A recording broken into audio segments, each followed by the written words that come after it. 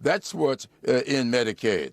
Let's turn to the debate going on within the Democratic Party right now. On Friday night, Axios obtained the audio from then-President Biden's interview with former special counsel Robert Hur, who was investigating Biden's mishandling of classified documents. In that audio tape, you hear President Biden rambling, unable to keep a train of thought, getting dates wrong. Let's run a little clip of that. Trump gets elected in November of 2017? 2016. All right. So, why not 2017 here? That's when you left office, January of 2017. Okay. But that's when Trump gets sworn in. Right, correct. At a different time in that interview, he's asked about the 2017-2018 period, and he says during that period, his son Beau was either deployed or dying, but Beau was deployed in 2008-2009, and he died tragically in May 2015. Needless to say, even supporters of the president have heard these tapes and been alarmed by it. What was your response to them? Did you see much of that when you had meetings and interactions with President Biden during his term? No, I didn't. You know, the fact of the matter is I saw Biden often, but not as often as people seem to think. I saw him, I talked to him on the telephone very often, and I never saw anything that I thought was outside of the ordinary. I watched my dad reach the age of 80, and I saw him slow down. He couldn't do the same things he did at 50 or 60, but it didn't bother his mental capacity at all. And then my father died from prostate cancer. So I never saw anything I thought was unusual. Did he talk as swiftly as he used to talk? No, he didn't. Did he walk as swiftly? No, he didn't. But that is to be expected.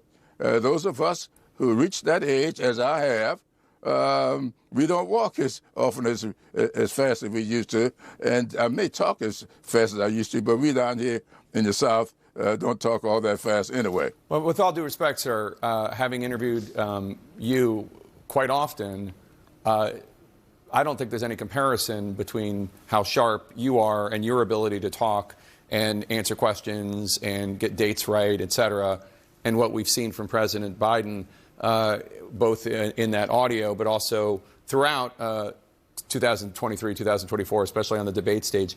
Do you think that Joe Biden really would have been able to perform as president all the way through January 2029 when he would be 86? Yes, I thought that back then. I still think that, but I don't know that. When people ask me, did I know this or did I know the other? And the fact of the matter is, no, I didn't. And that's, you make my point here. So it's not all about age.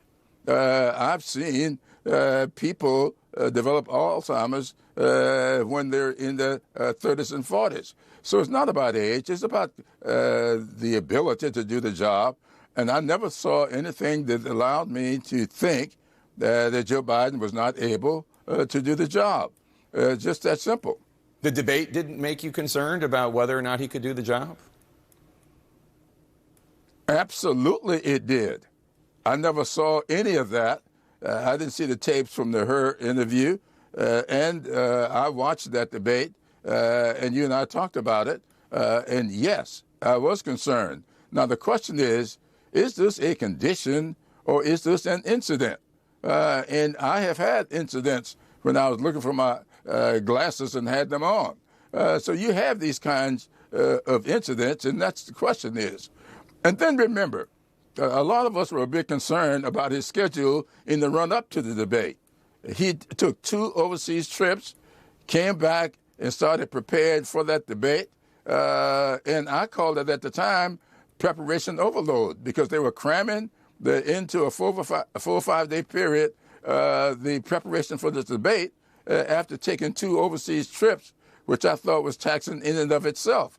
And so these kinds of concerns are out there, but none of us thought that there was anything here that created any suspicions of any prolonged condition. Do you think, and this is my last question on this, do you think that your party's incredibly low standing with the American people in polling has anything to do with the impression that many people in your party, especially in the White House, and especially President Biden and his family and inner circle, hid his actual dysfunction, his non-functioning abilities from the American people? Not only hid them from the American people, but hid them from you and cabinet officials and donors and even other people in the White House? Do you think that the low polling has anything to do with that? Well, it very well could have. I haven't looked at the numbers behind the numbers to come into the conclusion as to what exactly is going on here. I do know that on yesterday I spent a pretty full day, starting out with the commencement of the Converse College up in Spartanburg, finished last night at a sneaker party for a Head Start fundraiser, and I talked to people, talked to students, and people still feel that Joe Biden had the capacity to do the work that needed to be done.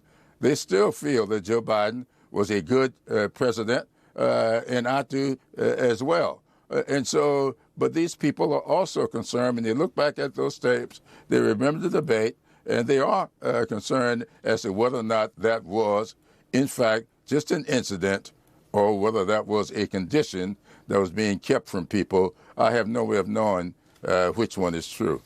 Congressman James Clyburn, the Dean of the South Carolina delegation, thank you so much for being with us today. We appreciate it.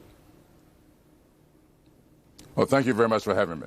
Two of the best and most interesting minds in the Democratic Party.